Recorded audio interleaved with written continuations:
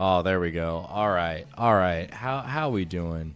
It's been a hot minute since we've been live. Um I actually have to go get something out of my fridge really quick. I'll be right back. Just going to give you guys this little placeholder here. See? Oh man, will it focus on it? Oh, there we go. Okay. Okay, I'm just gonna put this. I'm gonna put this right here. I'll be back momentarily because I think people are gonna be seeing a lot of those on the table here pretty soon. We got 30 of you all up in here right now. 33. Slow down. Okay, I'll be right back. I'll be right back. You guys just say hello to Mr. Wraith. It's gonna be one of many on the table pretty soon.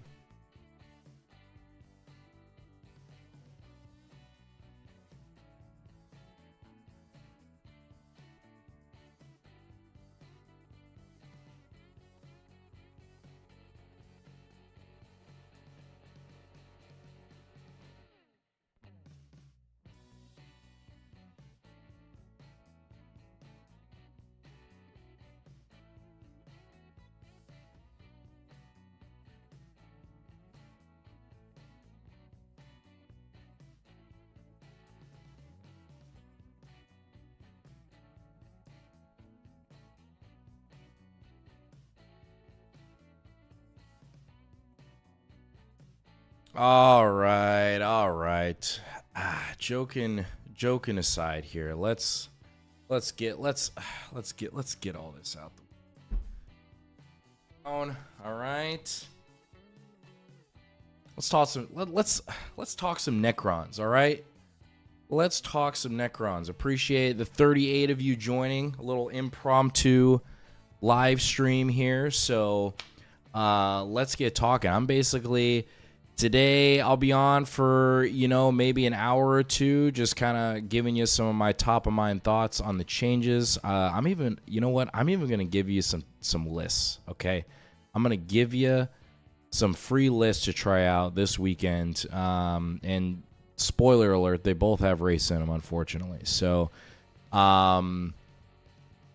initial thoughts, like the thumbnail says, G-Dub,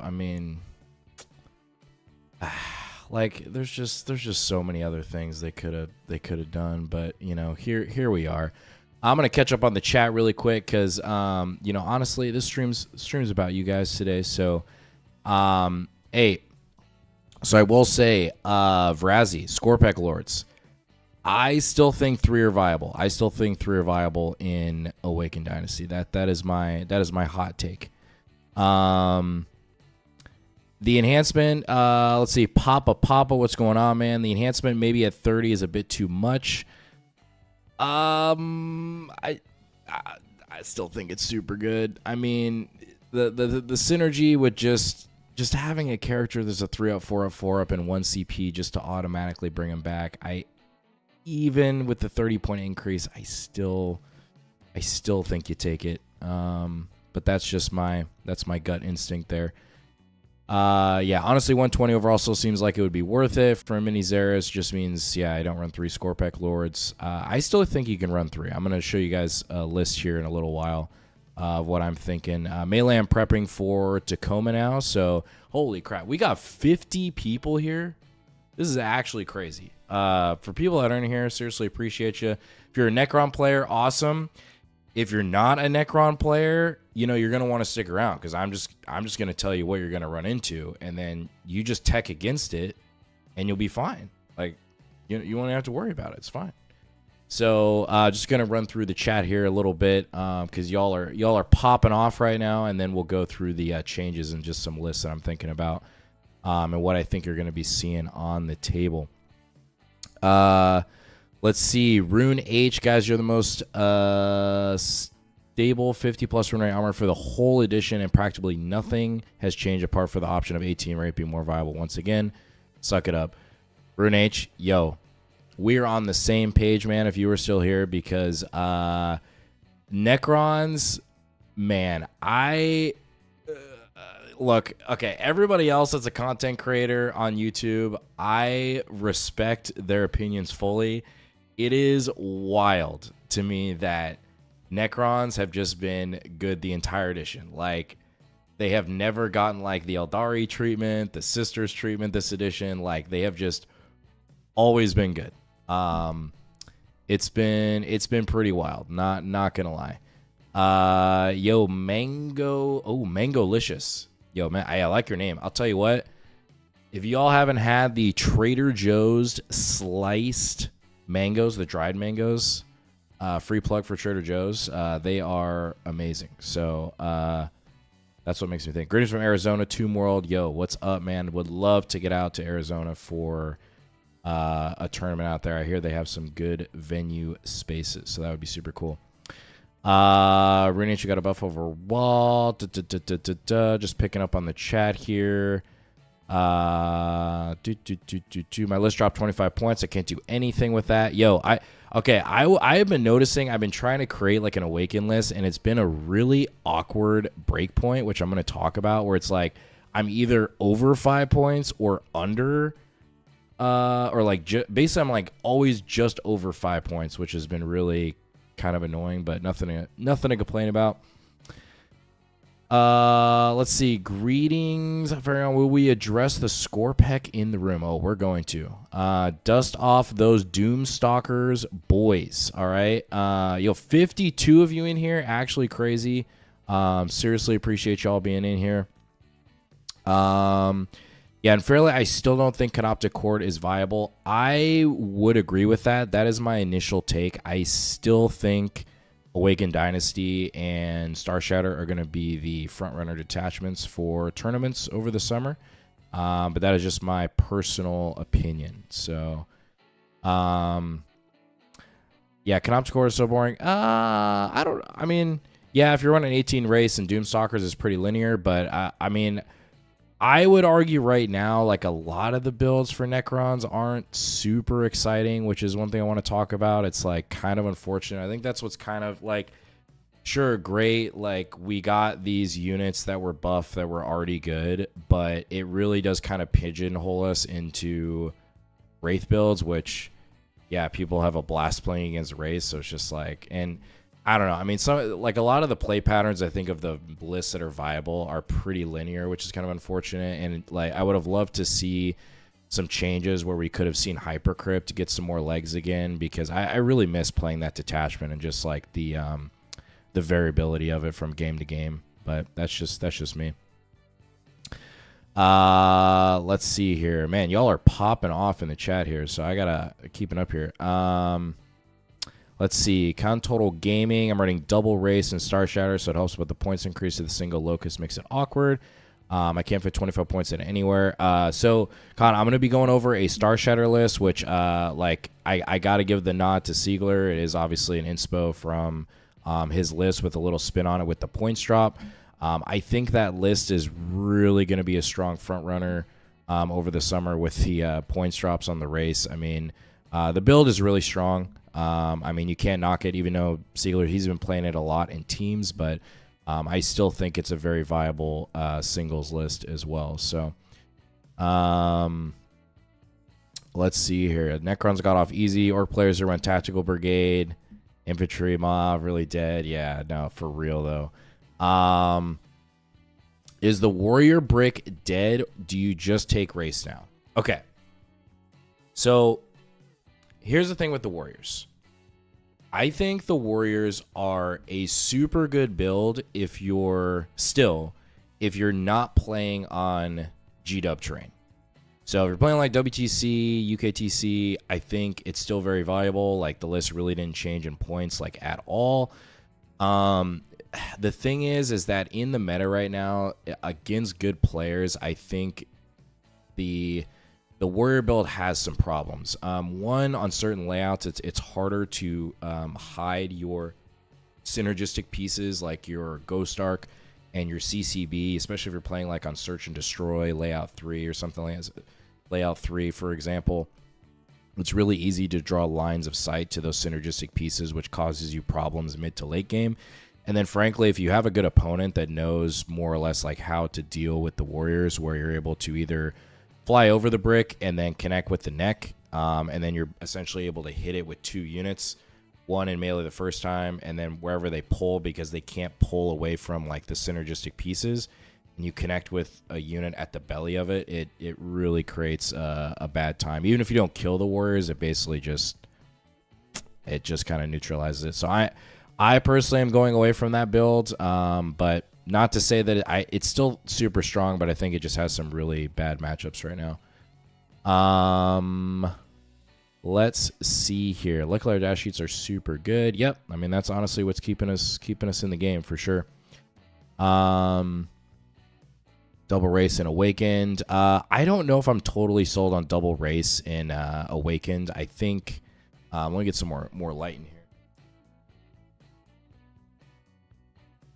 I'm gonna go over a build that I've been really liking for awakened, and you guys can try it out. But I have been really liking it. I think it's a front runner for sure for me this summer. So let me see. Solo Locust at 40 points. Yep, I agree with a lot of data sheets, but some of them aren't great compared to data sheets from other factions. Yeah. Damn, we got 75 people in here. This is crazy, man. What is even going on? Appreciate y'all being here. I'm just going to be going over some of the changes, running through the chat. So if you want to hang out, even if you're not a Necron player, I think you got a lot of value to the stream today, because I'm going to be breaking down, I think, kind of the 2 front runner meta lists, or a subtle variation between them of what you're going to be running into this summer. So, you know, if you're not a Necron player, then you know maybe what you need to do to tech against it. But spoiler alert, they both have race. So fortunate for us, but unfortunate for, I guess for our opponents. But yeah, I think rate changes make race a viable alternative to warrior brick. I think absolutely so. I think with the points decrease, it's hard to ignore at this point. I mean, you know, just it is what it is. Yeah, thanks, man. Thank you, by the way. I've been doing so much better with my cron since I found your channel. I like the dry mangoes with chili powder. Yeah. Hey, I appreciate you finding the channel, man. Glad you're here. And yeah, feel free to hang out as long as you can. And we're going to be going over some lists here shortly. Yeah, the hitting on 4s is rough for the Doomstalkers. Yeah, that is honestly one of the biggest reasons I don't know if Canoptic is going to be like a front runner, even with the points drops. Just because the damage efficiency I still don't think is there, especially against, if we're talking about like Death Guard being, you know, one of the main meta problems for us. And I don't think Canoptic Court personally solves that problem, but I could be wrong. Decker just joined. Necron Race finally playable. Now, what do we think of a 3-man Wraith without Techno? 3-man Wraith without Techno, I don't think is going to see play at all at 110 points. There are multiple options that you could run that are going to be better than that package. Not to say 110, you know, not to say that a lot of armies wouldn't kill for a 110 point unit with 12 wounds and a 4-up invul that moves 10 and flyover mortals, but at that point, I'd rather take other things for those points. I run 1 warrior and 1 wraith brick, seems okay, but need more games. I've seen builds like that. Like I could see how it could be strong, but at the same time, you're sinking so many points into durability and no damage. And I think one of the biggest things that I learned from Tacoma last year and playing in a super major with my build, I mean, I did fairly well. I went 5-3, which I was super happy with. And that was like my first like super major I've ever done. And the 2 biggest things was I was playing Hypercrypt, and my list was not very well designed for going first, and I felt like I didn't have enough damage. And so going this round into this super major, those are the 2 biggest things, because those are my lessons last year that I want to make sure that I don't ignore when list building. So I want a list where, like, you want to design a list where it's like, yo, I'm excited to go first, but I'm also excited to go second as well. You want to have like an equal option there. And then at the same time, damage, you know, making sure, because, you know, getting pieces off the table is super valuable. Go figure. So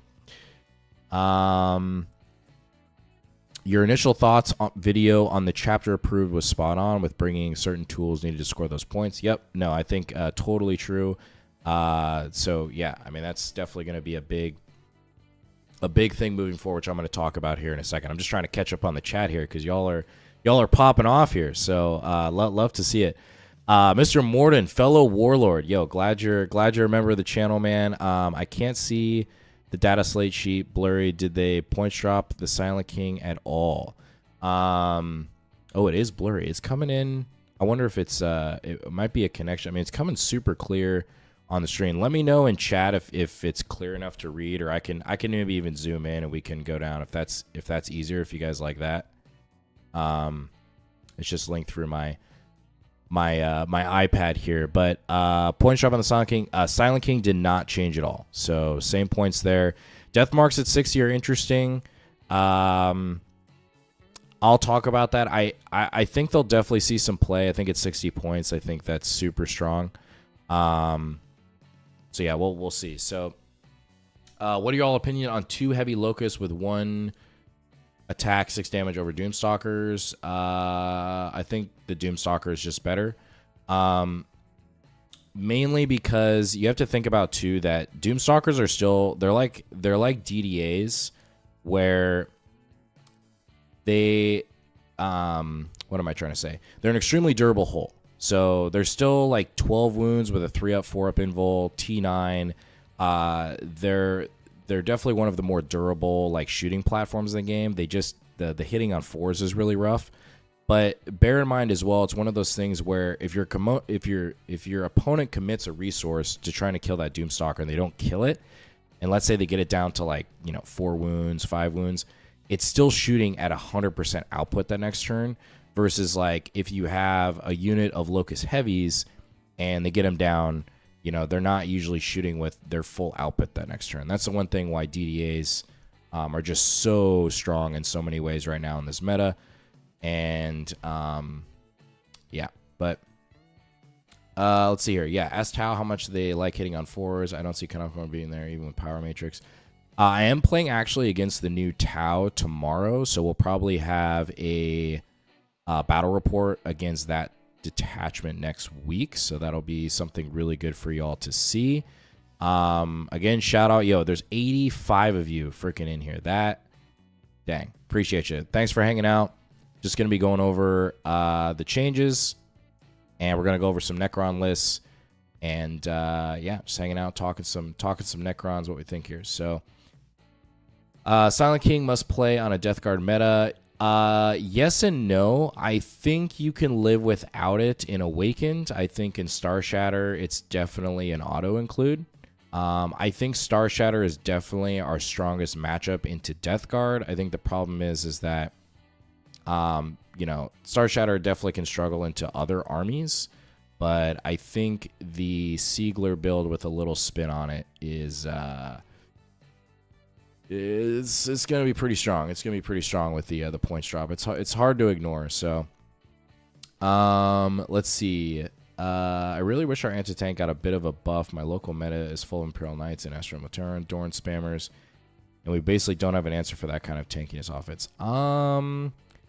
Who dares? I would. I mean, honestly, I would say we have some of the strongest anti-tank in the game right now. If you're running Star Shatter.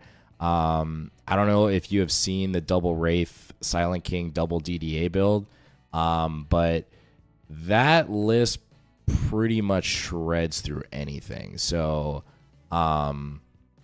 maybe I need to get like an Imperial Knights player on the channel and run that list and see what we can do. But it is one of the strongest shooting armies in the game right now for sure. Just jumped in. How bad is it? Already dropped my Scorpec Lord. Yo, don't drop your Scorpec Lord. I still think 3 are worth it.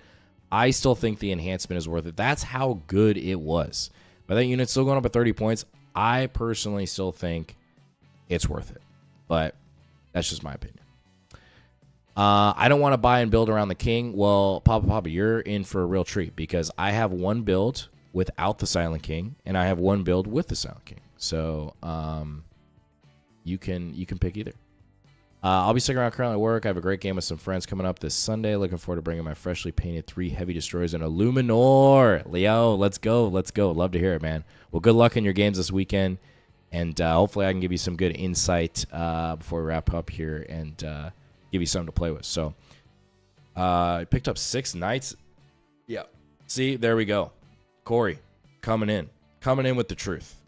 Picked up 6 knights at Dreamhack in 1 turn with Mono King, triple planes. Oh, Corey, you the one running the triple Doomside build? Yo, respect, man.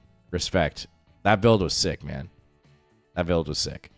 I am so bummed that, like, even me being a Necron player, it's like, I'm just so bummed that I wish they would not have touched race and they did something with Praetorians or like the planes. Like, there were so many other things they could have changed just to make it interesting. And now it's just like, I feel like I feel like we were in a spot where we had some decent internal balance, but now it just seems like it's going to be like Wraith and DDA spam for a while, unfortunately, but I could be wrong.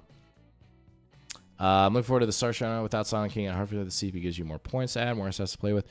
Yes and no. It's just the King is just so strong in Star Shatter, like when played effectively. Like it's so gross being able to just flat, like even on turn 1, just being able to just, if your opponent doesn't respect like a firing lane and just being able to just flat 6 advance him, moving him 14, and then just putting race in front. You're just like, what do you want to do? They're like, oh, by the way, he's -1 damage. So do you want to go at the race or do you want to try to kill the Silent King? And then if you do, I'm just going to react move out of the way. It's so strong. It's so strong when played right. Yeah, caught the stream, the drive to work. Love, yo, from Brisbane, Australia. Yo, I still want to get out to Australia. I've never been. That would be super, super fun. Chris Sherry, this channel helped me get my first tournament wins, coming 5th in a 30-man tournament with Silent King and Warriors. Yo, let's go. Were you running my Silent King Warrior build? Let me know, man. That's freaking awesome. Congrats on that. That's super cool. That's why we're here, man. I mean, it's one of those things where, like, I don't know. I don't like not gatekeeping like secrets, that sort of thing. I mean, I really do believe it's like when one of us gets better, we all get better, right? So, you know, I would just be. It's one of those things where it's like I would be hanging out anyway, talking about this stuff. So it's like, why not just like get on stream for a little bit and talk with you guys about it and just like see what the initial reaction is. I mean, we know what the initial reaction is, you know, every time when people are scrolling down and they see Necrons, and then the first thing is they see race or green. It's like, oh my gosh, man, what is happening? I'm torn with the changes. I need to shave 35 points off. It would either be a Scorp Lord, Flayed Ones. I guess he was going to go, but does that mean I need the Shroud Lord over a Warden? Ferdella, what detachment are you playing, my man? What detachment? Give more context there. Yo, the Horseman, fellow member, man. What's going on? I'm a bit behind, caught it late, but I'm tuned in and excited to hear the insights. Well, hey, you joined just in time. I've just been hanging out for a second. We're about to go over the changes, and I'm going to go over some lists and kind of my thoughts, and we'll wrap up with that. So, anyways, okay. I think we've more or less caught up on the chat. If a member thing comes through with a question, I'll probably answer it. But for now, I'm going to go through what I think like the initial changes are. I'm not going to hash out this too much because, you know, online people go through it like a bazillion times. But Doomstalker's going down 5 points, so they're going from 145 to 140. Sure, cool. Race, this was a shocker, honestly. They could have just kept them the same amount of points. I really don't know why Race need to go down, and this is coming from a only Necron player. And like as a Necron player, I don't really like seeing this because I think it definitely throws off our internal balance, where it's like, you know, it's hard to get away from running 6, 12, 18 race now because the package is 300 points with a techno, and a lot of armies have a hard time killing race. So Deathmark's going down 5 points is cool, to 60. Sure. Xeris going down 10.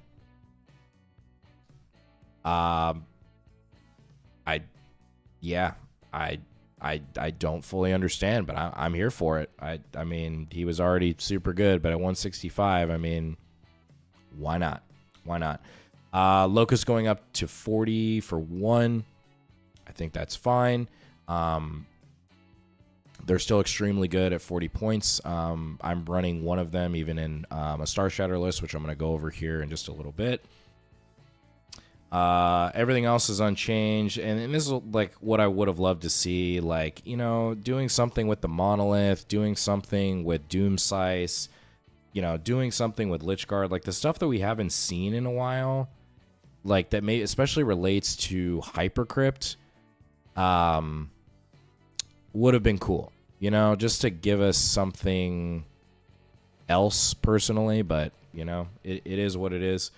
Plasmancer going down 5. Scorpec Lord going up 10. I think that's completely fair. I mean, the package of having an 80-point Lord before the update with the 4++ enhancement at 90 points for a 3-up, 4-up, 4-up was like crazy good. And you know it was really good because even with the 30-point increase, I feel like I still take it. Only in Awakened, of course, but still super strong.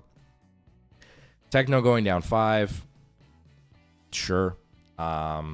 He was kind of expensive at 80, but again, I don't really know if it's completely warranted. And then the Bond obviously went up 15 points, which I think is totally understandable. So that more or less sums up the points.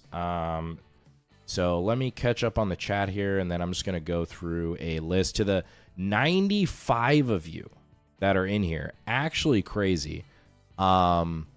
Seriously appreciate you being here. This is wild. Thank you for tuning in. If you're not a Necron player, you know, you're still going to get a lot of value out of this because at least you'll know what kind of some maybe the meta lists are and you know how to tech against it. But yeah, let's catch up on the chat here. So, do you have a few lists in mind? Is Annihilation one of them? Sadly, I want Annihilation Legion to be so good. But I think what's probably going to happen is next data slate, I feel like Necrons are going to get a detachment. I don't know this for sure. I have no way of knowing. But my gut tells me September, we're going to get a detachment. And I bet you it's either going to be a rework of Annihilation Legion or we're going to get some sort of battle line detachment, which I would be super hyped about. Like, basically focusing on Warriors and Immortals. That would be super freaking cool. So I hope that is the case, but I honestly have no way of knowing. So I'm just spreading rumors at this point. That's all I'm doing. Let's see here. Just catching up here. Awaken Warrior Brick with Thralls and Zeros, 2 DDAs, 3 2 units of Scorpex. Yeah, I mean, the Awaken look, the Awaken Warrior Brick, it's strong. Okay, well that was like crazy. Sorry about that. The Awaken Warrior Brick is strong. I just don't think, like, when we're talking about super major lists, like this is the contest we're talking about. What list gives me the best case to try to go 5-0 at a tournament, or a super major like Tacoma coming up 8-0 in that case at a tournament?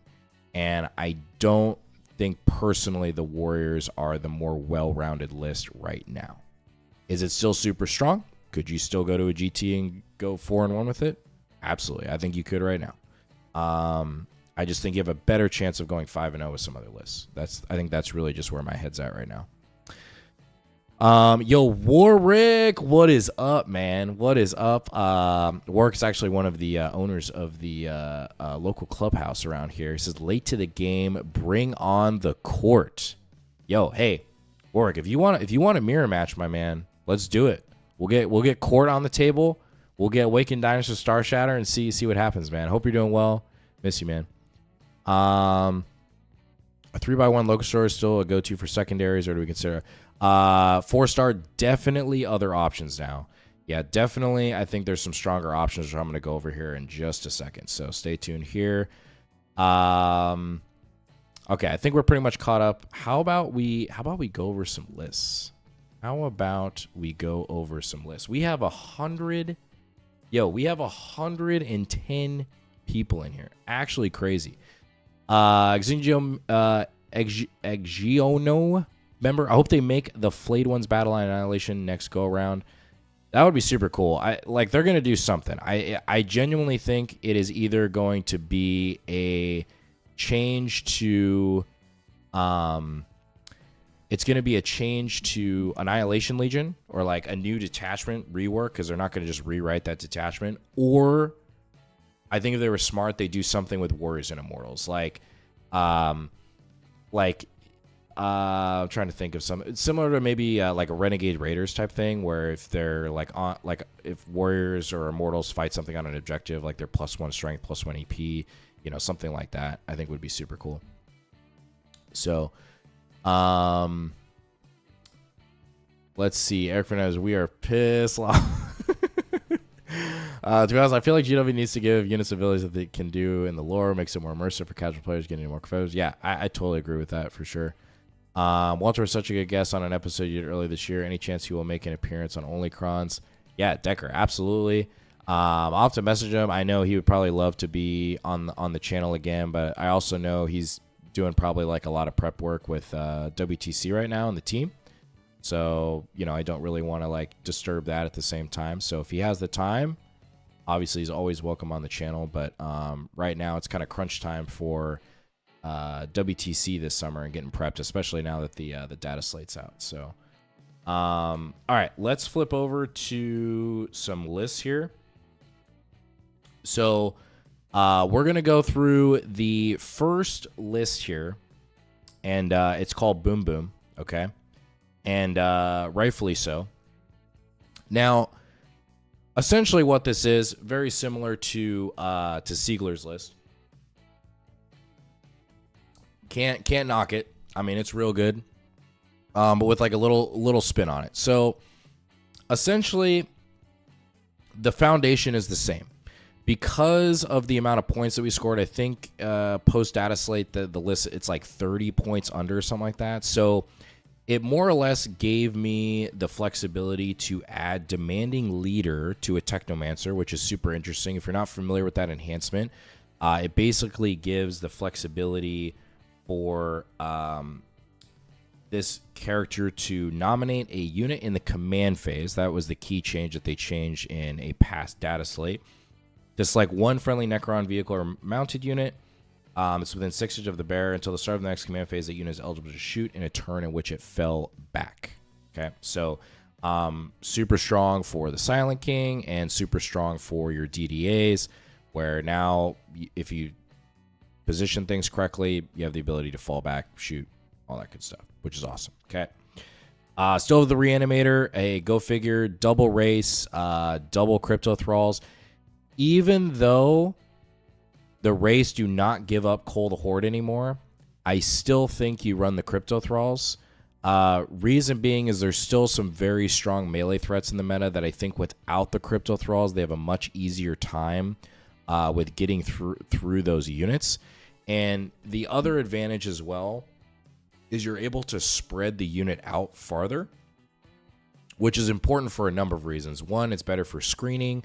It's easier to get the aura within range, and we're talking about specifically the fallback aura, and then also the -1 damage aura to usually give on the Silent King. Maybe sometimes you give it to a DDA, but most of the time you're giving it to the Silent King. So I think still double Crypto Thralls makes sense. You're still going to run 2 DDAs, and then I have 1 Locust Destroyer, and then I am pretty high on Ophidians right now. I'm going to tell you why. So, if you didn't watch the video from earlier this week, Ophidians in the new mission pack are their value. I was surprised they actually didn't go up in points. I'm glad about. So, with Ophidians now, they open up the door for a lot of strong plays, especially in the late game, because of the fact that, like, if you draw, mainly it's because of Recover. So, Recover now completes at the end of your turn. So, no longer does your opponent get a full turn to react to recover assets. You just complete at the end of your turn like you would a regular mission, like Locust or Behind Enemy Lines. something like that. So what ends up happening, what happened to a game recently, is you draw behind enemy lines and recover assets in the same turn. Now all of a sudden you're bringing up these Ophidians at the end of the turn, and that one unit is scoring you 8 points. 8 points of secondary. And they don't even need to be on an objective, which is crazy. So, like, even if your opponent draws, like, Overwhelming Force or Storm Hostile going into that next turn, it's not a unit that you're, like, sacrificing for that, which I think is super strong. So I think both in my Awaken build and my Star Shatter build right now, I'm running units of Ophidians. I think they are borderline auto-include with the new rule changes. Now, I want to explain some interesting tech with the second unit of Ophidians, because you're like, yo, isn't this kind of repetitive? To answer your question, we're talking about Star Shatter right now. I think a Star Shatter meta list that I'm going to be running probably later today. And see how it does. I don't know what I'm going to actually play for Tacoma. It's either going to be Awakened or Star Shatter. I don't think with the changes, Canoptic is still going to be a front runner, but that's just my personal opinion. I think it's strong, but I don't think it's stronger than Star Shatter or Awakened. So with the second unit of Ophidians, it gives you the flexibility. The biggest thing is they have Deep Strike. So it gives you some agency in the game where you can have them in reserve, or in this case, Deep Strike. And you have usually with this list, you could have one DDA in reserve, you have Ophidians in reserve, and then you have a Locust Destroyer in reserve. Okay.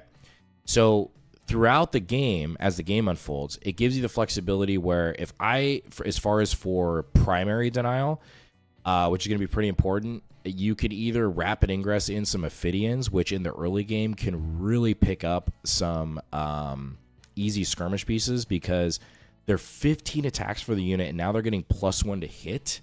So now this unit has Dev Wounds, 15 attacks, hitting on 2s at 4, at strength 4, AP 2, damage 2. And then I wouldn't spend the points or like the CP to give them +1 to wound. I don't think it's worth it.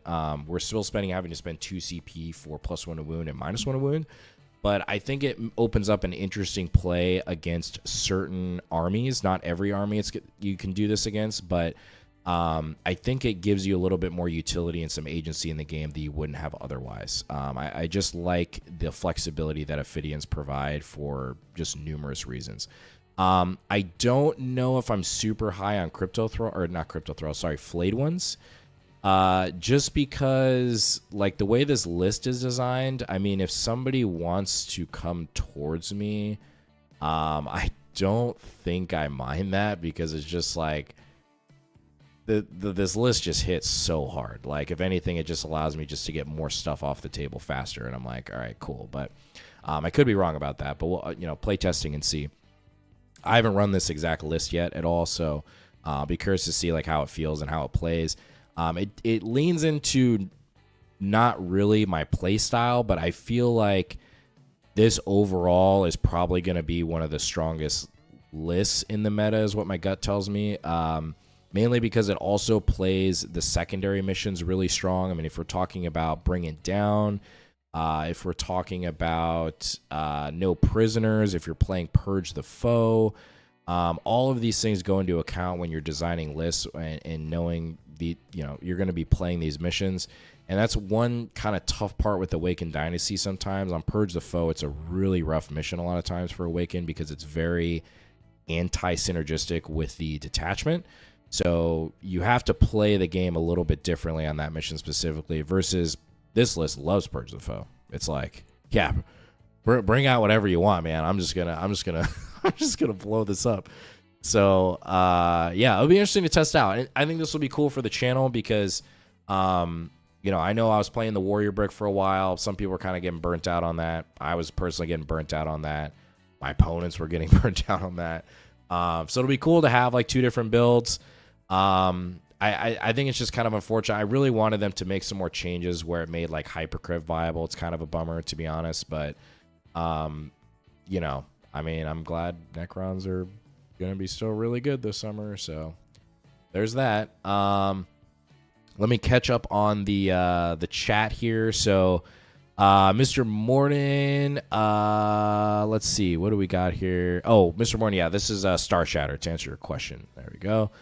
Let me see here. Christopher, hey, nice to see you live. A little bit off topic, but could you make a short of your color? Did ask for it and you answered, or you mix Eldar in 1.5, but I don't get this tone. Yeah, dude, I do. You are right. You are right. I do need to do a little painting tutorial on this at some point here. I basically all it is, it's the army painter, plate mail, the silver. That's like your base, and then use Eldari Emerald with contrast medium, and then you thin that out 5:1, and then that's like your base, and then you do like a second layer over it to kind of create that like gradient, but allows like that metallic to kind of shine through. And I just use like some Null oil like on the joints and stuff. It's a fairly quick scheme. The only thing that takes a while are the blades, and some of the gem pieces, because I do this like fading technique on that. But other than that, it worked out pretty good. Pretty cool. Let's see here. Let's see. Christopher again. Wait, what update with dev wounds? Plasma. Yeah, the Ophidians have the tokens. So a lot of people don't know this. I actually don't have them added in here, but they have the plasmite, like the Scorpex. So once per game, they can get the dev wounds. Super cool. So let's see here. Let's fix that. Okay. Let's see here. Fitness plus 1 strength strat worth it. Well, they get +1 strength in Awakened, but you're using them differently in Awakened.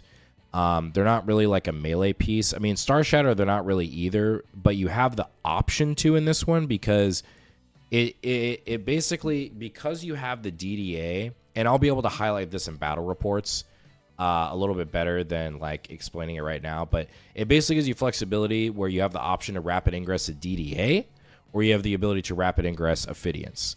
And they're both good for different reasons depending on the matchup and what you need to do. So I think it just gives you more agency, more options in the game as it unfolds. So I'm excited to test it out. I have no idea if it's going to work, but that's why we test stuff. So it'll be cool. So I'm personally not worried about having Flay ones in your Star Shatter list. I mean, it's going to take some playtesting to see, but I think if my opponent wants to just send resources into race the first turn, I think that's fine with me. I don't know. I could be wrong about that, but as long as you have the Technomancers hidden, I think that's the biggest thing. Like the last thing you want is, Emperor's Children or World Eaters like off the line, just ripping a unit in your face, and then they precision out your Techno turn 1. I think that's the biggest thing you need to be very cognizant of. Yeah, Warrior Blob is a bit boring to play against. I would agree, but I would also argue that playing against 12 race is also pretty boring, and not I feel like the most exciting thing for your opponent. But here we are. Yeah, got it. Okay, thanks. We'll try the color again. Right now, I'm using Eldari Emerald on Lead Belcher. Thanks, mate. I really love the quality Necron content. Please keep it up. Yo, Christopher, appreciate you, man. Thanks for being here. Thanks for hanging out. To the 120 of you in here is actually crazy. I think the biggest stream I've had, is like 40. So the having 120 in here right now is like actually blowing my mind. So seriously appreciate you get the support and hanging out. Even if you're not a Necron player, I think you're still going to get some good value out of just watching this, just because I'm just going over what I think are going to be kind of some of the main meta lists you're going to see this summer. So if you're playing other armies, kind of game planning against this, because I think Necrons are going to be towards the top of the meta once again. What a surprise. So what's led you to taking the Stalker out of your Star Shatter list? Mainly race. Race with the points going down. It's hard to ignore. It's just too good. It's too good. It's a lot of OC. You can play around the react move. It's just really strong. Christopher, back to topic. Do you think this list will be somewhat good against damn Custodes? Oh yeah. Star Shatter and Custodes. I mean, it is a game of 4-up invols. But the problem is that Custodes usually, it does depend on mission and layout. But if we're talking like GW terrain, I think in general, Star Shatter against Custodes is a pretty favorable matchup, at least with this list specifically, because it just hits so hard. It just hits so hard. C49, see your hello, just here because I saw some dude talking Necron stuff. Yo, what's going on? Appreciate being here. Do you think Canoptic Court will come back? I don't think so. I think people will try it, but I think it's still overshadowed by what am I trying to say? Overshadowed by the Star Shatter build, unfortunately. Necrons nerf are good for the channel. Yo, Eric, I couldn't agree more, man. Like, I like being the underdog a little bit. I like, I don't know, it makes it definitely a little bit more challenging, but here we are. I will say that new Tyranid detachment is so freaking cool. Like, I've been open on the channel. I want Tyranids to be my second army, and that detachment alone is kind of like pushing me. I'm like, man, I might need to start collecting some Tyranids on the side, because that detachment looks super fun. Like that, something like that. I can't tell you guys how much I miss Hypercrypt. I miss it so much. Let's share this channel with peeps. Can't stress enough. I would have quit the hobby had I not run into your channel. Thank you so much, Mr. Morton. Yo, man, appreciate you. Appreciate the kind words, man. Glad you remember the channel. We're gonna be getting a. I'll probably have a full practice game up tomorrow, with this Star Shatter list. So if you guys want to see that, in its entirety, consider becoming a warlord there. So, yo, we got 135 people up in here. What is even happening? What is happening right now? Let's see here. Hop on the hype train. Yo, I'm telling you, that freaking Tyranid attachment looks so cool. I'm loving the Nids attachment, but dang, I don't have much worms to do it. Yeah, I mean, same. I got 0 right now, unfortunately. Chris Sherry, scroll up. Okay, scroll up. What characters are in the list? Any Psychomancers? All right, let me go through it from top to bottom here again. This is what we got.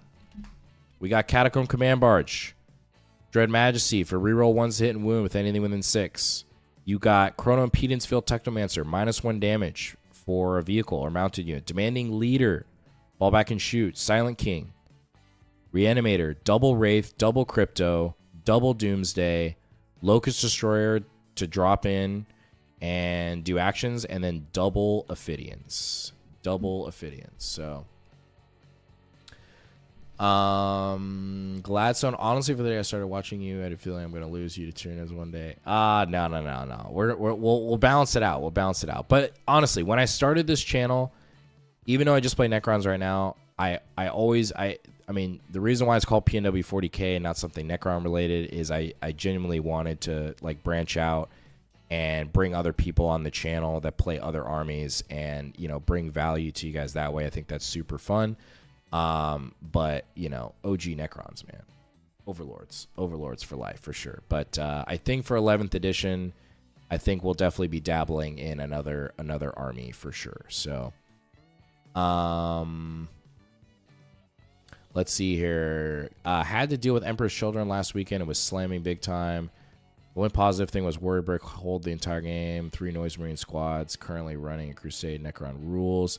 Yo, I am surprised those Noise Marines did not battle shock your warriors. That is impressive. So, well done if you pulled out that game, because that is actually a pretty tough matchup for the warriors. So, good job there. Warwick, tell them how you're going to handle all those Blood Angels. All right, Warwick. These Blood Angels, man. They're good.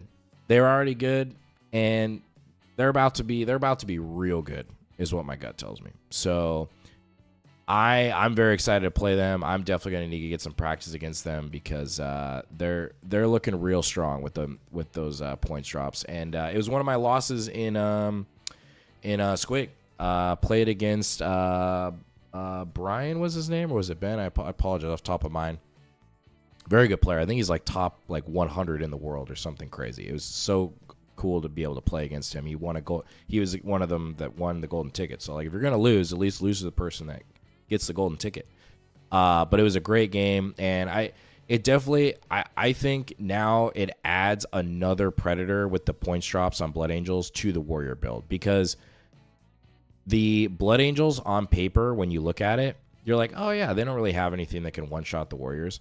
But the biggest problem is that they have fly. And a good opponent, Blood Angels are one of the perfect armies where they can double tag the warriors in the perfect spot. So they can have one unit of 5 JPI hit the front, and they have Sanguinary Guard freaking fly over your move block and then connect with the neck or the hub of all the synergistic pieces, and it's GG. You're not surviving that. There's just no way.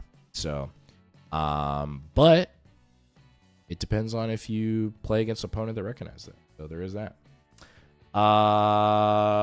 Roby probably not only plasma but racing. Let me check up here.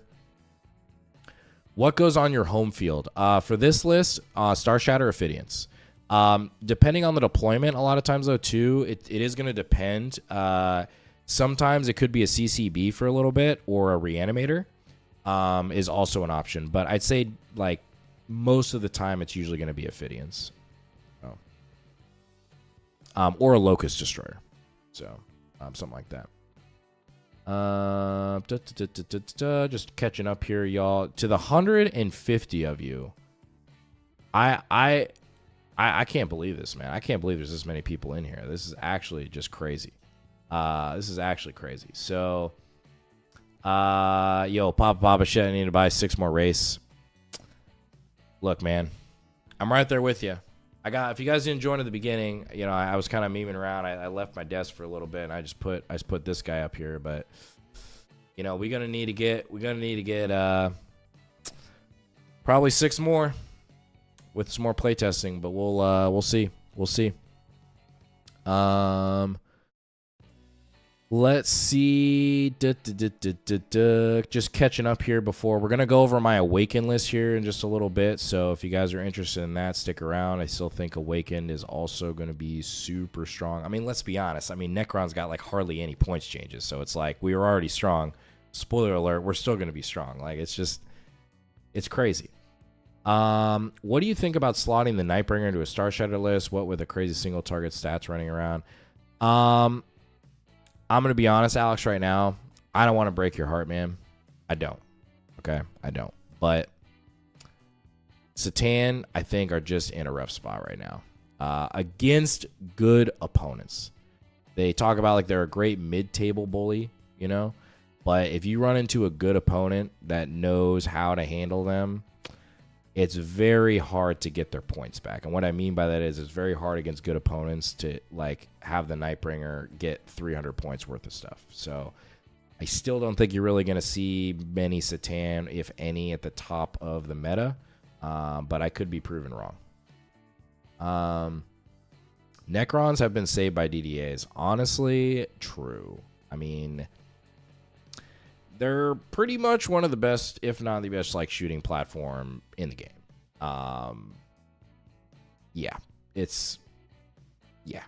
Strength 18, getting to win transports on 2s. Especially, we haven't even talked about yet if the Knight rumors are true. Knight's going down to T9. Think about this.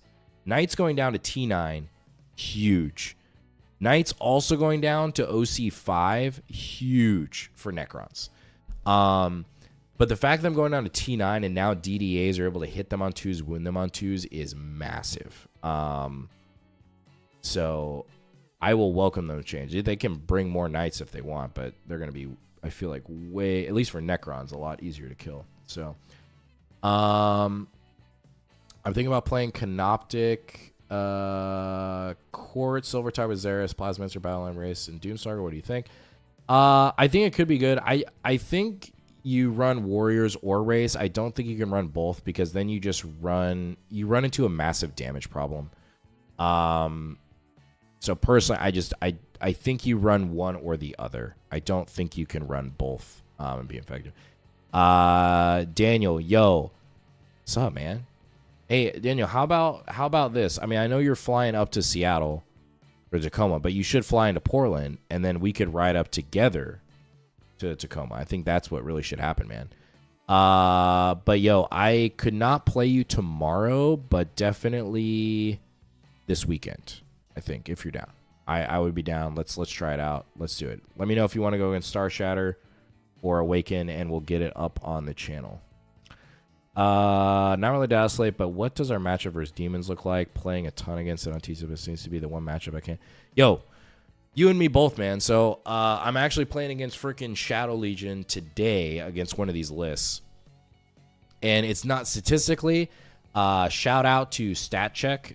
If you do not know StatCheck, you need to go check them out. The boys on there are freaking awesome. I got to meet Anthony and a couple other gentlemen, or not Anthony, but Jeremy and other gentlemen this past summer at Tacoma, and just a great group of guys. If you're not really following them, you should definitely go show some support on their channel. But they have the stats out for the most recent stuff, and it is statistically not a good matchup for us.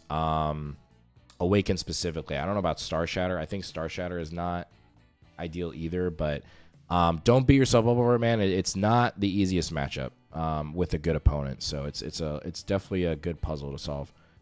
Mr. Morton just finished painting my 18 race. Yo, I wish I could say the same right now. I think we might be painting some.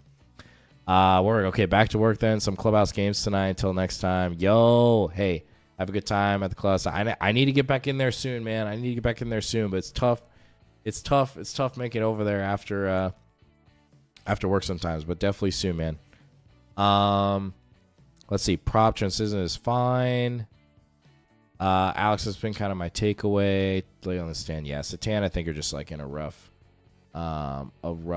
spot. So, yep. Awaken list next. We're getting up here in just a second. So T90C6, you're doing WhatsApp. Oh, interesting. Okay. So yeah, if you don't know, Knights supposedly are going down to T9, which is like huge. Do I need to buy a third boat? Eric, you might. I mean, that's what I'm testing right now. It's either I don't want to buy. Listen, guys. I don't want to buy both because right now I only have 2 DDAs. So it's either I'm buying a DDA or I need 2 boxes of race, and I don't know. I don't know yet.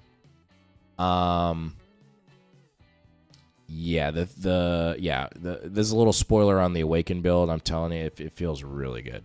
It feels really good right now. I think, but I do want to play this Star Shatter build with the points down because I haven't really played it yet. And just see how it goes. So,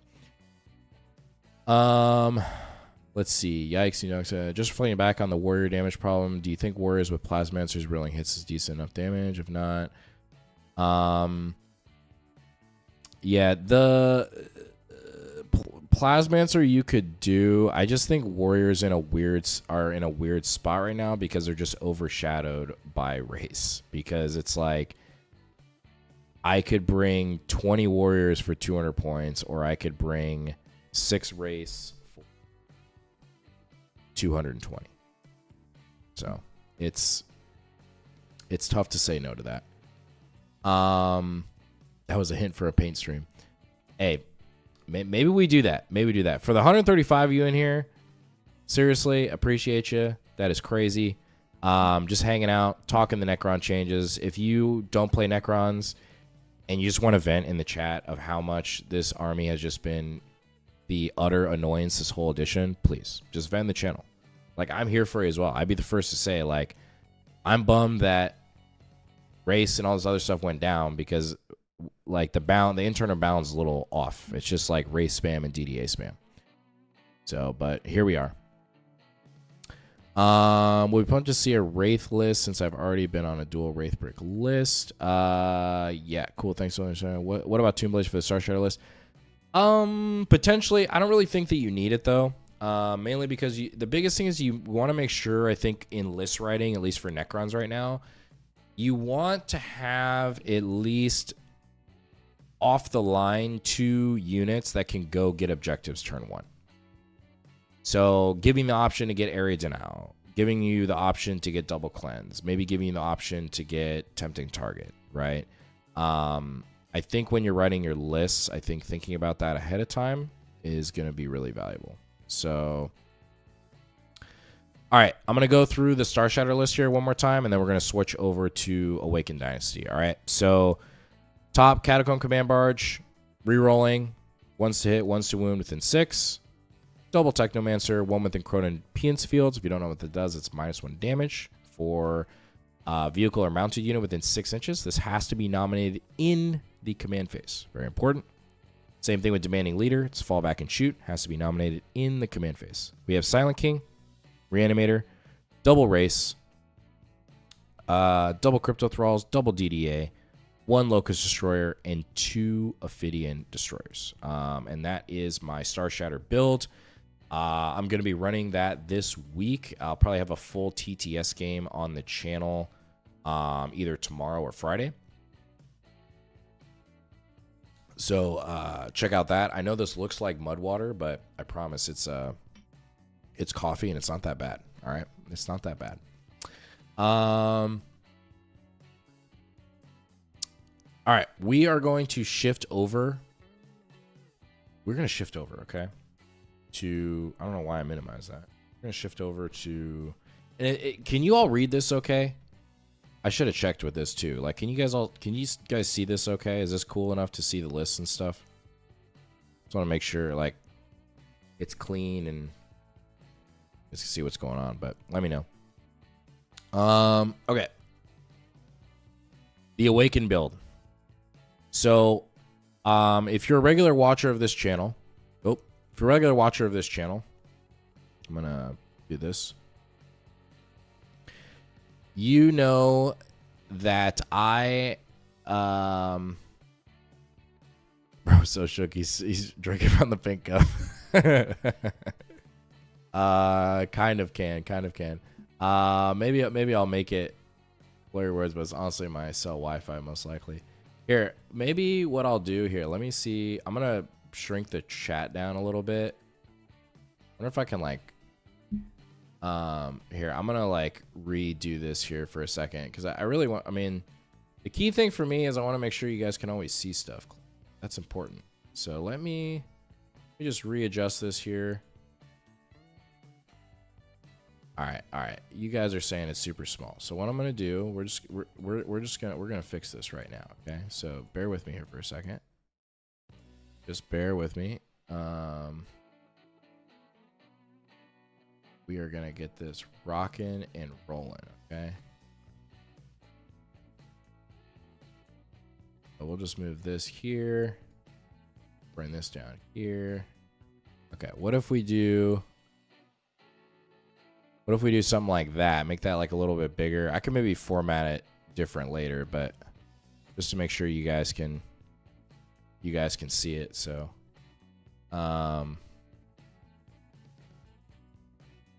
is that a little better as far as seeing?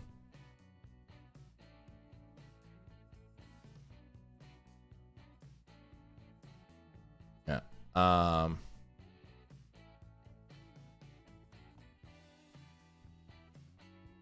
Okay, sweet. All right, thanks for that. Yeah, feel free, guys. I'm not offended. Like, call me out if something doesn't look good. Like, seriously, I will not be offended. Like, this is for you guys. So, I mean, let's be honest, it is kind of for me too. But just talking about this stuff, it helps me too. So, but it helps everybody. But let's see here. So the 140 people still in here. Like, what is actually going on? Seriously, appreciate you. If you're not a Necron player, that's okay. you're gonna get some value out of this because we're going over all the meta stuff, so you know how to tech against us if you're not a Necron player. So let me just kind of readjusted this stuff here. There we go. Okay, we'll get this better centered here because my OCD. There we go. Okay. All right, let's talk about Awakened. I think this is, I'm going to be honest, this is the list that I am most excited about. All right. So we have, starting at the top, we have a Hexmark Destroyer, ladies and gentlemen. All right. He has the Phasal Subjugator Aura. Now, if you're not familiar with this, hasn't been ran probably in a while. That is the +1 to hit for any Necron unit within 6 inches. Super good. Okay, I'm going to explain how that synergizes here in a second. Still have Xeris. He went down in points, 165. I have no idea why he went down 10 points. I'll take it. Okay. I personally still think the Scorpec Lord is worth it at 120. I cannot tell you how many armies would probably kill if I told you you can have a character for 120 points that does mortals on the charge, is T7, which bear in mind is a huge breakpoint in this game. Las cannons, wounding on 3s. The majority of things in the game that are strength 5 and 6 are wounding on 5s. It's a huge breakpoint in this game. He's a 3-up, 4-up, 4-up for 120 points, and I can spend a CP to automatically bring him back. I don't have to roll, I don't have to do anything. He just comes back. He really punishes like monophase armies. So I personally right now, I still think he's worth it. That's how good he was, even going up 30 points for this package. I think you still bring 3 Scorpec Lords, personally, right now. You have the Technomancer with -1 to hit, Netherrealm Casket. Okay. You have a Reanimator, 1 unit of Scarabs. Okay. Scarabs are just really good for a number of reasons how I want to play the list, and I'll explain here in a second. Canoptic Race, Crypto Thralls, 3 DDAs. 3 DDAs, okay? Unit of Flayed Ones, Unit of Phidians, and 2 Scorpec Destroyers, all right? So mainly what this list is trying to do, and what you've seen from the recent battle reports, this is just going to take a few more reps to kind of refine and deployment, all that sort of stuff. But the main premise of the list is you have the Hexmark that fulfills multiple roles in a game. He is holding the backfield. He is Lone Op, which I think is very important, mainly because he, against any sort of indirect threats, like with Death Guard, if they're running like Plague Burst Crawlers or something like that, you basically have a very reliable home field anchor piece, and it gives you the flexibility to play your other resources a lot more aggressively. Okay. He also is a great backfield screen, and he's also Lone Op, which gives you the flexibility to put him anywhere in the backfield and move him where you don't have to worry about line of sight lines and give out the aura. I will say at 110 points, I don't love it. I think it is a little expensive, but I can't figure out another way to make it work without him right now. So he's in the list. Okay.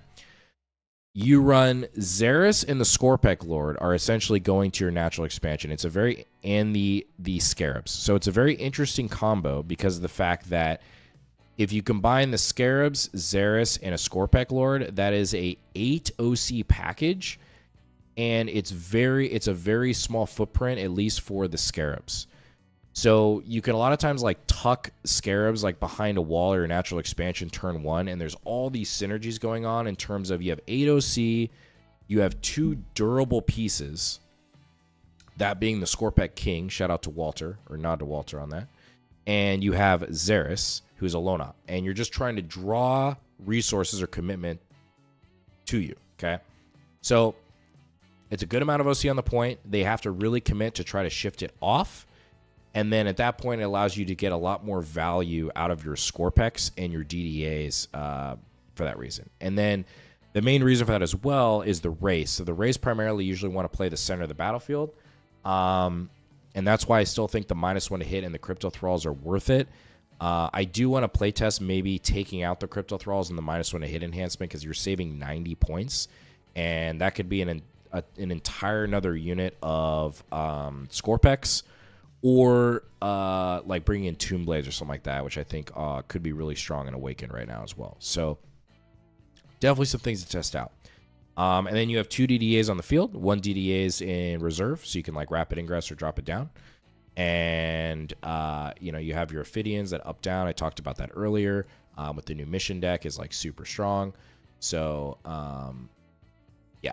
So let me go through some questions here. And after that, we will kind of hang out for a little bit and kind of wrap things up here. But just wanted to the 130 of you, 5 in here, just I know I keep saying it, but it's blowing my mind.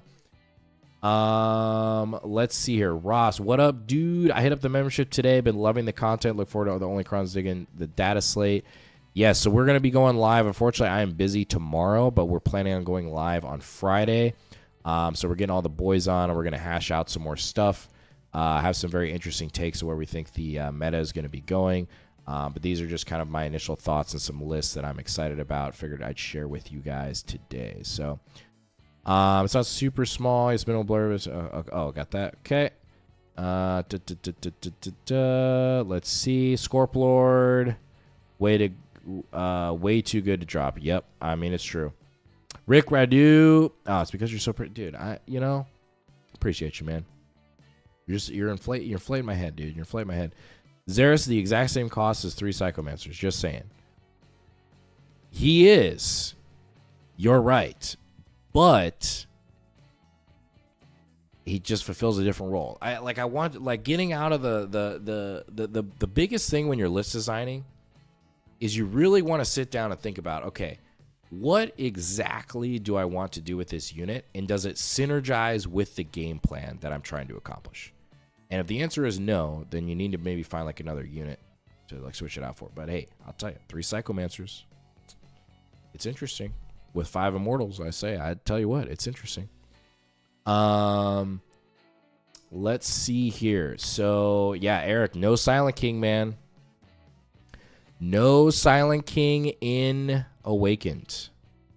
So Mr. Martin raises his hand. Question. Come 70. Why not swap the flayed ones for another squad of Ophidians? Oh, your updated app. Yeah. It's 10 points under. It's 10 points under right now. So yeah, I can't. It's really frustrating because I'm like, man, I would love to drop the like the -1 to hit enhancement on the Techno, but it just doesn't. It doesn't open up anything for points, and then like dropping the cryptos that gets you to 70 points, which isn't enough for Tomb Blades. So there's kind of just some weird break points in there, which I don't love, but I mean, at least it's at 1990. So, you know, there's that. So, let's see here. What would you add if you only had 2 Scorpec Lords? I don't have a third. I would add another unit of Scorpex. If you don't, since they're 90 points now, I think there's pros and cons to both, because Scorpex on the charge, they hit a lot harder. Scorpec Lords are just more annoying to deal with. So it just kind of depends on what you want to use with the, or what you want to do with the units, Adam. Brand new 40k player fell in love with Necrons because of their cool design. Race were amongst my favorite models, so I was super happy when I saw today's point stuff. Hey, then Daniel, man, then you're in a good spot, dude, because Race ain't going nowhere. They ain't going nowhere all summer. They are here to stay. So there is that. Do you believe that the value of small action pieces have fallen now that secondary like containment got? No. I still think you have to have a good amount of action pieces in your list. You still have cleanse, you still have recover assets, which requires 3 units to do actions, meaning that they're not fighting, they're not shooting. So I think you still build accordingly with having enough actions in there. Yeah, I still think it's very important, especially with the new Terraform change. If you haven't looked at that, go look at that, or I have a video earlier this week talking about the deck. And that will definitely explain why you should have a good amount of action pieces in there. So heading to bed and watching via bed at 10 a.m. in Germany. We're typing, having a nice evening, mate. Thanks for the ongoing stream. Yo, Christopher, I appreciate you, man. I actually went to Hamburg, Germany, like a year and a half ago. Beautiful city. Would love to go back. Would love to go back. So, good cons run with increased viewer count. Also, you're the go-to Necron creator. Very good niche. Oh man, Crystal. Well, appreciate that, and appreciate y'all. Appreciate y'all hanging out. So, Crystal, yo, it's 12 a.m. I was like, wait, what? It's midnight. We got Christopher over in Germany, man. Christopher over in Germany, midnight, and he's hanging out, trying to learn about some crons, trying to get the edge on his opponent this weekend. We see you, man. We see you. Ross, fellow Warlord member, what is up, man? Appreciate the support. I understand how the Warriors work in their brick, but are there big differences how you play the race compared to the Warriors? Yeah, entirely. Like it is an entirely different game plan, to say the least. Mainly with Warriors, it's like you don't have as much damage. So you're creating like a lot of move blocks, a lot of like denying primary. The one thing I really do miss about the Warrior build is that the play pattern is it's very like it's the same but also different, mainly because of the reanimations. So you don't have like as much of a linear play style as you would with like Awakened or especially Star Shatter, where your game plan is a lot more telegraphed than like the Warrior build, if that makes sense. So can you deep dive the Death Guard matchup with or without the King? Well, you see here. So Daniel wants to know, fellow team member. He's actually on our team. He's down in California right now. We miss you, man. We miss you, dude. Deep dive into the Death Guard matchup. Well, see, we need to get Bryce back on the channel. I think we let me know if you guys would like. If you guys didn't see Bryce on the channel today, plays T-Sons, but he also plays Death Guard. And I was like, yo, I want to get him on the channel talking about some lists. Definitely want to get a rep in a Death Guard pretty soon and what they can do, especially with the new changes. But I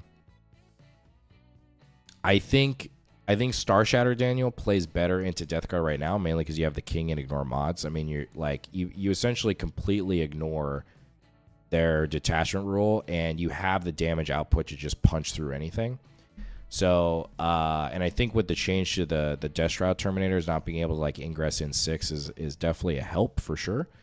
But I think both the Awaken build and the Star Shatter can like put a good game into it. Like, I think it's going to be a very grindy game, and I think it's just going to come down to kind of board mission and maybe like secondaries. But I think it's a very good matchup. Like I think it would just make for a very good game, to be honest, on both sides, which should be cool. So, Phasal Subjugator really worth it for the outputting. Yeah, absolutely, for sure, because it's very easy because the Doomsday arcs are so long.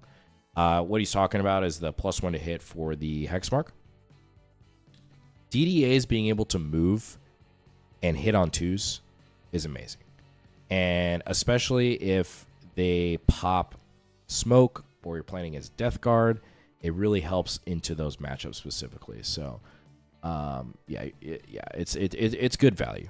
I personally think it's good value.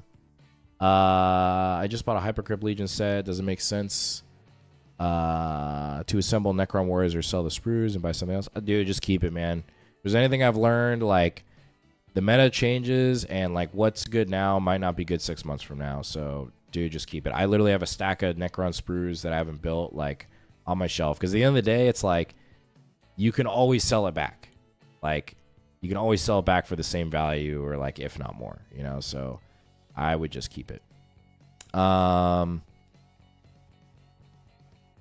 Let's see. Do you think Death Marks have a little more play? Yeah, I think for sure. I think they'll pop up in more lists now. I think it's 60 points. I think they're a steal. So I'm excited to see what happens there with that.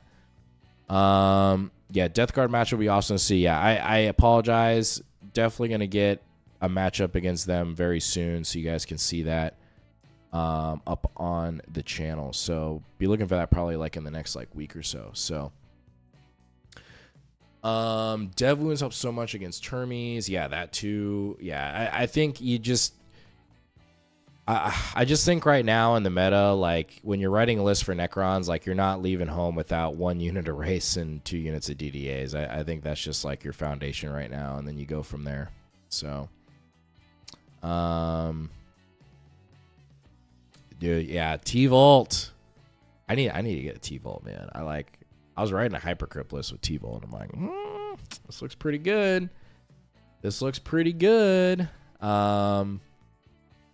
But yeah, what other, there's 140 of you in here, okay? Now, I know there is no way that all of you are Necron players. So let's get in the chat, okay? Talk to me about your armies. What are you excited about? I know Blood Angels went freaking way down.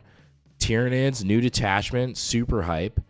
What else? We got Dark Eldar. He's also known as Drukari going down. Freaking awesome. Yeah, Howler Five Fade to Dark is being 15 points. Tom, what did I tell you, man? He's over here thinking, we faked him out for nothing, man. I told you that wasn't going to get nerfed. Tom's over here thinking the Fade Thirster was going to get nerfed, and I'm like, I mean, it's strong, but it's fine. It'll be fine. Do you think it's better to run a unit of Death Marks over 2 Crypto Thralls and a Warrior Blob? Yeah, I think you keep the Crypto Thralls right now, because the Crypto Thralls, they help the Warrior Brick function. They skew the math in a lot of situations, so I think that, I don't even have to think about it. I think you have to cut points somewhere else for that. Yeah, Tower, basically a new army. I'm actually playing against Tau tomorrow. So, yeah, super excited about that. From Pink Horrors and you have no worries. Am I a real Necron captain? Hey, I mean, maybe, man. We'll find out today. We're going against the old Shadow Legion again, y'all. We're trying to figure out this matchup. So, we'll see what happens. I don't know who Death Guard is going to recover from their Nurgling nerf. What happened to Nurglings? Did Nurglings go up in points or something? I haven't read through everything yet, so help me out, y'all. Help me out. Just bought the Silent King building him Saturday. Yo, enjoy building that kit. Honestly, I think it took me 8 or 10 hours to put that kit together. So take your time, but the model is just so sick. So sick. Let's see. Man, y'all are typing fast here. Wanted to buy CSM, but now I need Race and Doomstalkers. Think I'm running 2 volts in my next major. Took 2 full rounds of Eldari trying to take it down, and that was without Spiders and Rams. Yeah, John, I mean, I think volts are super strong. I think it depends on what you run with them, because sometimes the strength 10 can really hurt. I don't know if you're running into more a stat check or knights or something like that, where you're like, well, crap, my anti-tank is now wounded on 5. So it's unless you have the Silent King or something else, it can get tough. But against a lot of matchups with that double freaking the double indirect going on, it's so gross. The D6 +3 blast, right? 10-3-3 profile with dev wounds is just crazy. I just went Necrons because of you. My girlfriend plays World Eaters, trying to sell my Custodies at the moment. Never going back. Yeah, Necrons for life, man. Glad you're here, dude. Feeling says a sweet spot for me with love a working list. Yeah, for real. Yeah, I think it's just overshadowed by Awakened and Star Shadow right now. Yeah, we got... I'm excited to see what Tau are going to be able to do as well. Tau, I'm playing against Tau tomorrow. Very excited to see the changes there. That'll be cool. Can you reanimate the Crypto Thralls? Yes, you absolutely can. So if both Crypto Thralls die, you can bring them back. You heard it here first. Plus, also, one thing to know about Crypto Thralls is if you kill Crypto Thralls and purge the foe, it does not count for a kill. So there is that as well. Plus 5 points to Nurglings. Man, devastating. How are they going to be able to survive? How are they going to be able to survive, Tom? I don't know. You're going to have to rewrite your entire list because that, man. Love the Canoptic Buzz. Hope that brings back Canoptic Cord. Find it a little easy to get counter for normal play. I think in friendly games, they're still fun.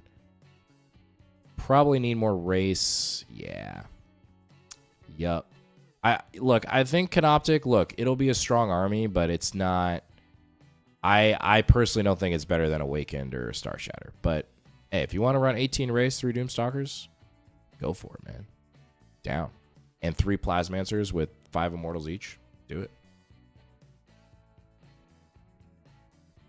Also, I'm building a system army, so mass points. Any advice on Necron warriors in Hypercrypt? How many? What commanders? Yo, Sack is just subscribe. Appreciate you, man. Let's see. Any advice on Necron warriors in Hypercrypt? How many? What commanders?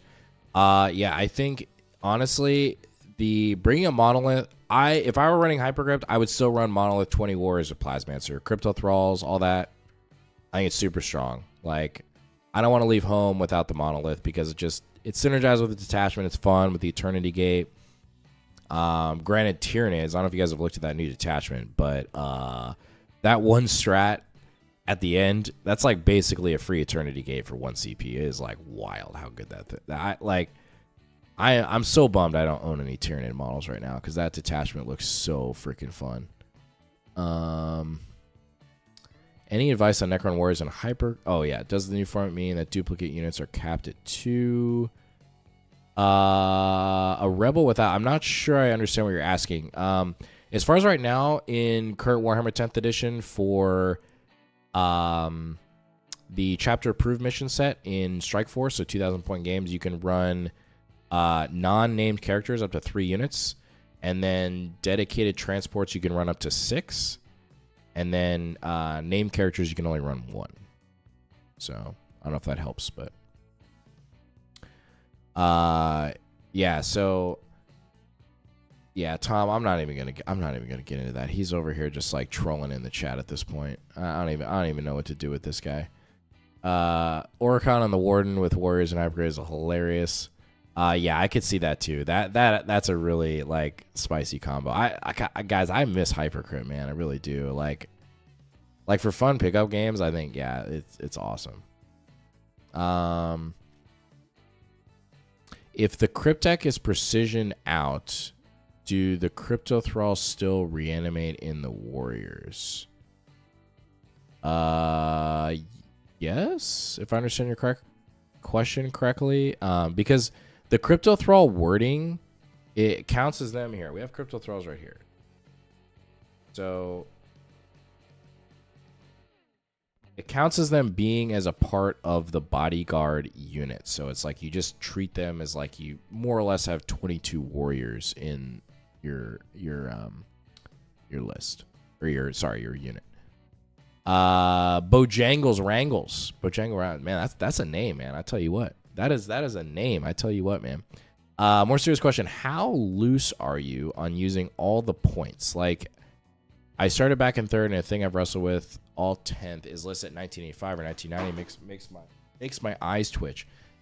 You know, if it works out, cool. I think you want to at least try to get it to 1990. This is talking Necrons specifically.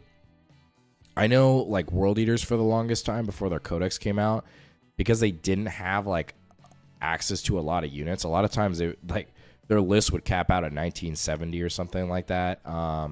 So armies with not a lot of data sheets, you know, I think the rules are different. But Necrons, I think you get it up to 1990 at least, and I think you're good. And get up to 1990. Ideally 2000, but 1990. Incursion is capped at 2, I think. Yeah, I'd have to look, but I'll take your word on that. But yeah, Strike Force, you can use 3. So Saga starting to collect Necrons again after not playing since 4th edition. Got to figure out a decent initial incursion. Yo, hey, congrats on becoming an overlord, man. Yeah, I started in 3rd, and then I haven't played. I took a 20-year hiatus, and I came back at like a week before 10th released, because my buddy was like, hey, man, 10th looks cool. They're going to have an app.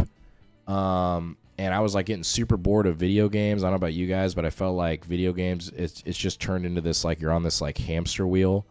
And dude, Warhammer has been like the best thing ever, man. To get out of the house, you know, hanging with the guys, Dude, it's the best hobby, man. I really hope, it's cool to see it gaining in popularity. But at the same time, man, I wish more people played Warhammer because it's so much fun, man. It's one of those things where I feel like, not to go on some crazy side tangent, but in the world, I feel like with technology, there's more things that are like, I don't want to say bringing us apart, but it's really cool with Warhammer where a lot of things haven't changed even 20 years ago, where you haven't met somebody playing a game and you walk into like these super majors and you feel like you know everybody. It's like everybody's super nice, and I don't know, it's just a great atmosphere. It's really cool. So let's see here. Let me catch up. It's kind of sad we got buffs for already top meta units and nothing for the dead units. Yeah, completely agree. John Coleman, how are you ranking Imhotep right now? I'm in such a love-hate relationship with him on games. I take him for more CP than knowing what to do with. When not taking him, feel like I'm starved. Okay, so Imhotep right now, I'm not like super in love with him right now. I think he'll probably see some play still because, gaining CP is pretty good in this game. I think with the new cards with Chapter Approved that hasn't been talked about is the new mechanic of you being able to hold on to a card and then having the option to discard it. So when you gain a CP, since you've already gained one for the turn, it gives you more flexibility to hold on to like no prisoners in your opponent's turn, and then still discard it at the end of the turn, and then you can still get 2 new secondaries in your turn. So look into that combo. I'm not going to dive like super into that on stream right now, but that I think is a viable thing for having Imhotep is a pretty cool thing to do. I'm going to be on here for like another 15 minutes or so, y'all. To the 152 of you that are in here right now is actually crazy. Seriously appreciate the support and you guys tuning in, and just hanging out for a little bit, talking about the new data slate, Necrons, all that good stuff. And yeah, just appreciate you guys being here. So let's see, Mr. My girlfriend hates 10th edition until now, with the new casual players, twist changes. Yeah, it's yeah, it like, you don't have to play with the twist cards. You could just leave them out. Same thing with the challenger cards. I think it's fine. I miss Hypercrypt so much. I was very decent with always doing 2-in-1 locality. I was just getting good with the Awaken, but now it looks like I have to. Yo, no. A rebel without a general. Dude, just stay on the Awaken train, man. You don't need to go to Canoptic Court. Trust me. Just stay on. If you like Awaken, stay on Awaken, man. I'm telling you. I think it's stronger than Canoptic. I really do. What do you Locust with Veil of Darkness and Star Shatter? I personally don't like it. I think the Locust, it's a crazy big footprint. Yeah, I just don't like the footprint of that unit. I think it just causes a lot of problems in certain matchups, but that's just me. Mr. Morton, do you have to spend 1 CP to revive cryptos, or is it just natural to the unit? I'm not sure if I understand what you're asking. Is this for Awakened Dynasty? Just back from my first game against 1,000 Suns, 158-38. Yo, let's go. Man, that's a really low-scoring game. But good job on the dub, man. T-Suns, it's not an easy matchup. How does the returning models to a unit rule work with the strat? Are you referring to Awakened Dynasty? The reanimation strat?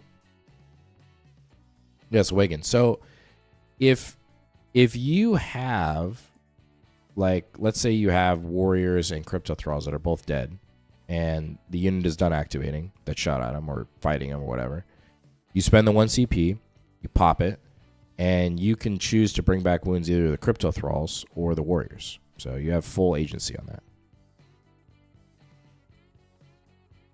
if I understand you correctly.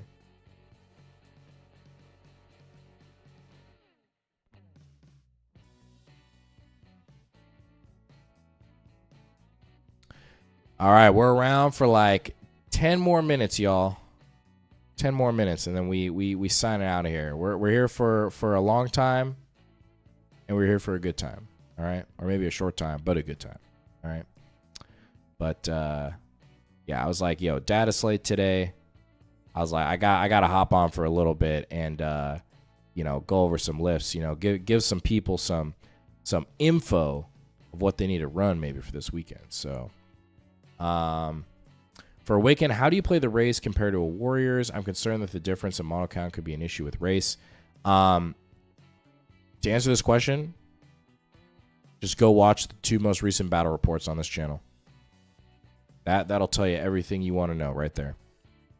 Wait, really? I thought you had to bring all Warriors first and then Crypto.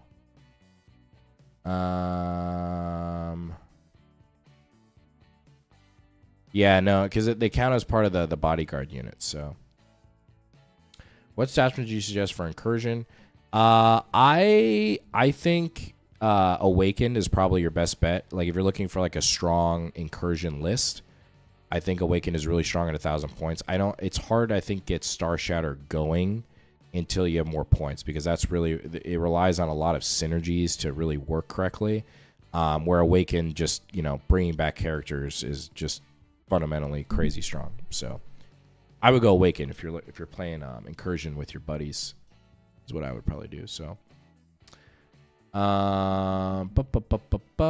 you think it's worth trading out for Nightbringer and Command Bar? Wait, do you think ASK is worth trading out Nightbringer and Command Bar? Oh, the Silent. Oh, do you think Silent King is worth trading out for Nightbringer and a Command Barge?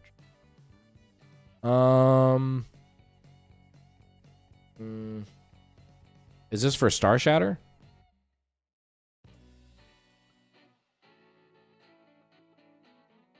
Kevin, yo, what's up, man? Hey, appreciate you. You must be overseas. Seriously, everybody overseas right now watching this, freaking awesome. Appreciate you guys. Incursion, yeah, I could see Canoptic being good. I don't know if it's better than Awaken though. You think it's better than Awaken?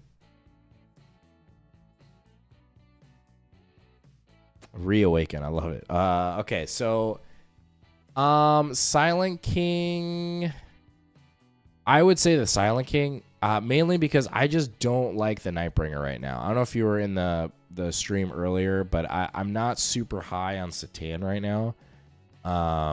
In the meta, I think, you know, mid tables, that sort of thing, I think, you know, you can run away with games with them, but against good opponents, they kind of know what to do against Satan because they're so slow.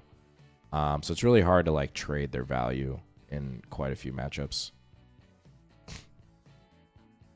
Have you thought about doing live stream matches with explanation on the intents of your unit movements, like a tutorial for competitive mindsets? Playing with 40k and playing competitive are so different. Yeah, no, I've definitely wanted to try for sure. I think, you know, as of right now, I mean, people have really been liking the just the condensed summary battle reports, so you don't have to like sit through like a 3-hour game. And then if you're a warlord or a member of the channel and you really want to go through like a full game and like, you know, very, you know, live commentary of like what I'm doing and everything else, then you know, maybe something like that interests you. But for right now, I really just like doing just the game reports and summarizing things and just letting you know like what worked, what didn't work, and just passing that on to you guys. So, do you still have a viable Silent King Awaken list, or is that on the back burner for now? I think you can still run Silent King. I think you just take out like a DDA and something else. I'd have to go back and look and put the Silent King back in. But I just like 3 DDAs. I think it gives you more flexibility and agency in the game to do things that you can't do with the Silent King. I own the Straptic Heavy Construct. You got to do Star Shatter, man. I mean, come on now. Absolutely, do Star Shatter with the thing. It'd be crazy. Agree with too slow at the movement. Lucky if you get a comment. I hope you have a good rest of your day. Sagas, appreciate that. V, yo, appreciate it, man. Yeah, no problem at all, man. Glad you're here and just hanging out.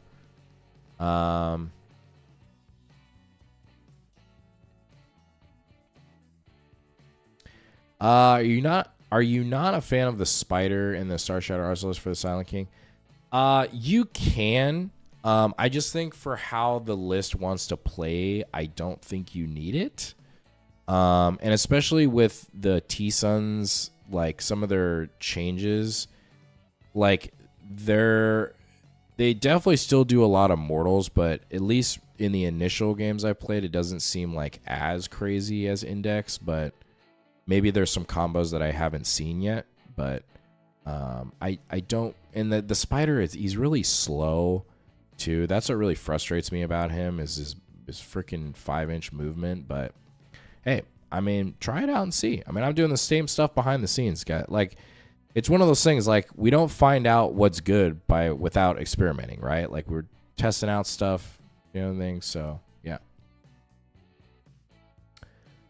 I don't find the sentence in the revive stratagem to bring a precision character back to a unit. Okay, Chris, we'll just go over this really quick. So let's just pull up. We go in here. What is it? Protocol of Eternal Reverent, right? Okay. One Necron infantry character, model from your army that was just destroyed. You can use a stratagem on that model, even though it was just destroyed.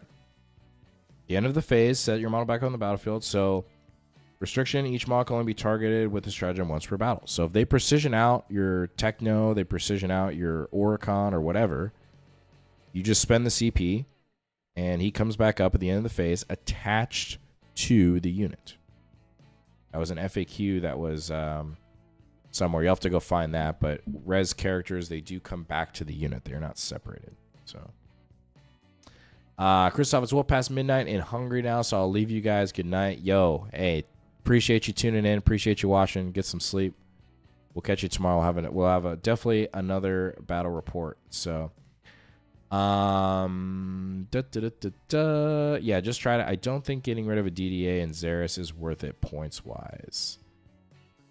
Yeah, that's what I changed. So essentially, okay, there's like 2 Awaken builds. So my thought process is you could have Xeris, a DDA, and Scarabs, or you can have the Silent King.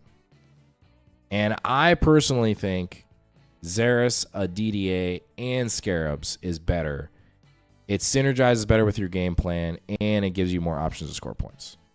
So that's just my 2 cents, though. I would have to find that for you. I would type in it's kind of buried, but trust me, it's there. It's there somewhere. I don't know exactly where it is, but it is there. It's something like reattaching or attaching models to a unit or something like that. It's in the FAQ section somewhere. Yeah.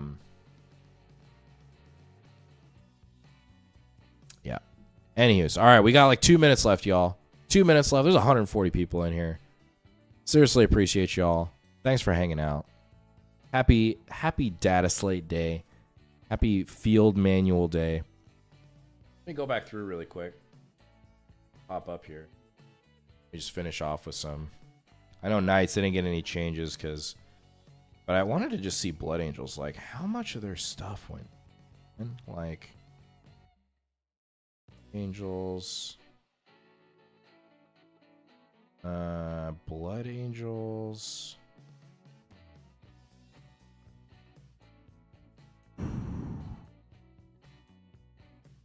It's a lot of green. That is a lot of green, man. Death Company, Dreadnought.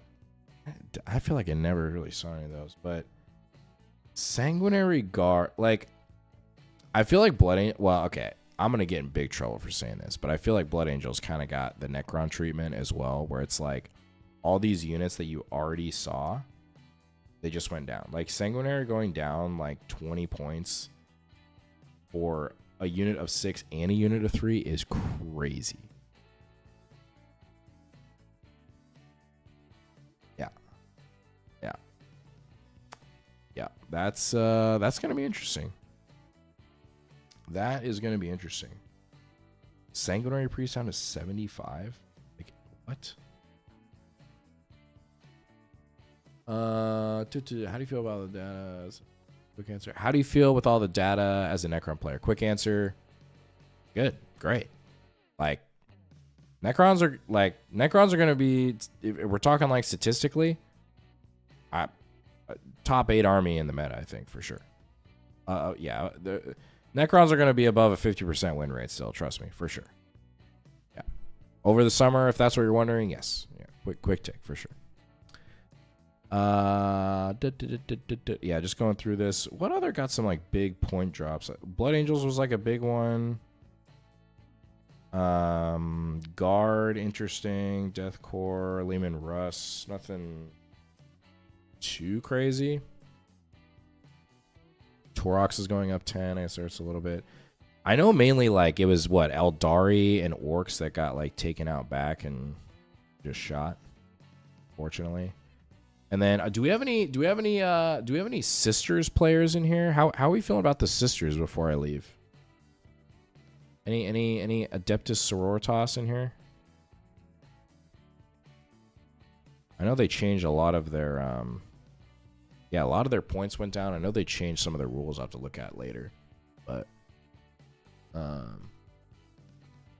they look pretty solid. Custodes, Alaris Custodians, things are already running and they just go down.